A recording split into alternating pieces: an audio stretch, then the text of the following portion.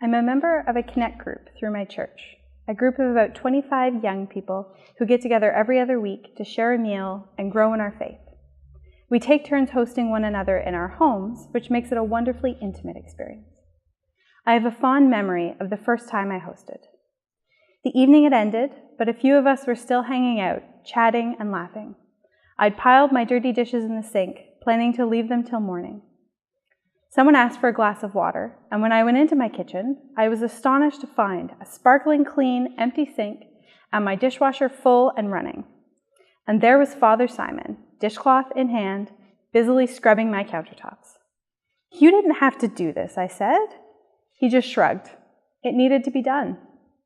No matter that he's a busy parish priest, that he has dozens of responsibilities, that he'd been up since early that morning and wouldn't make it home until close to midnight that night, he just saw dishes that needed doing and did them.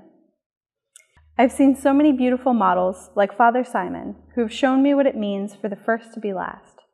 In the gospel passage, Jesus is making a bold statement against the concept of face that guided the actions of many people in the ancient Middle East. While it's not predominant in our own culture, we see remnants of it in our common expression to save face. Face is a sort of social standing, a kind of rating system that puts you squarely in your place within a given society. It has a much stronger role to play in tightly knit communal cultures than our own individualist one.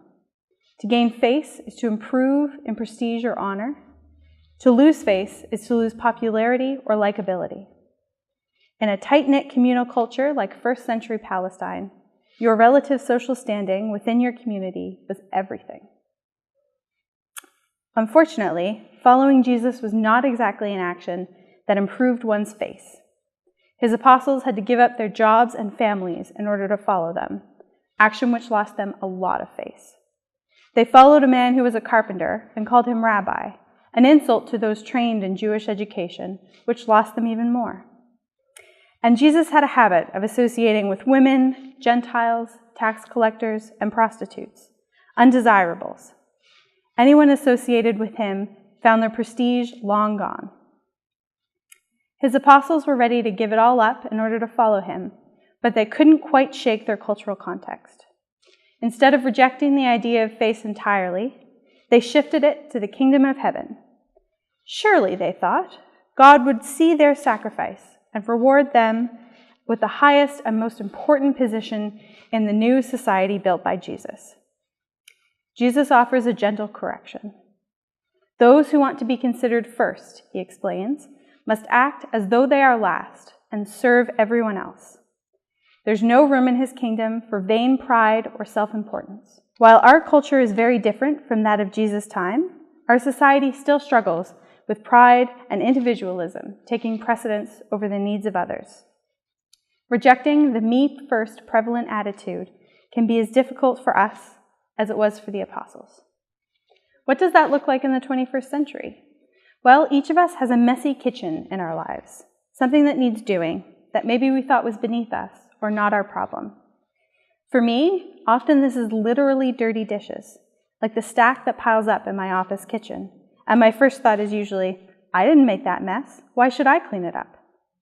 God's nudge to me is to pick up this cross, to be thankful for the gift of enough time to help and to pitch in gladly to make our shared space clean.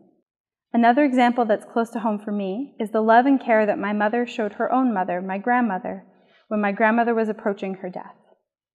My mom had a tough upbringing, and their relationship was rocky for a long time. But my mom was able to put her feelings aside and spend lots of time with my grandmother in her last, quite lonely days. It was a real sacrifice. My grandmother was not the kind of person who was able to show gratitude. But my mom knew it was the right thing to do, and that it was what God was calling her to do in that moment.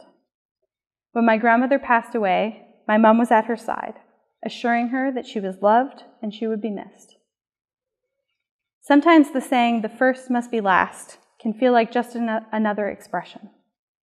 Through personal prayer and the witness of people like my mom and Father Simon, I've seen it come to life in a new and real way. The call is to put aside our desire to be the best, the most important, and to tackle the work that needs to be done in humility and love.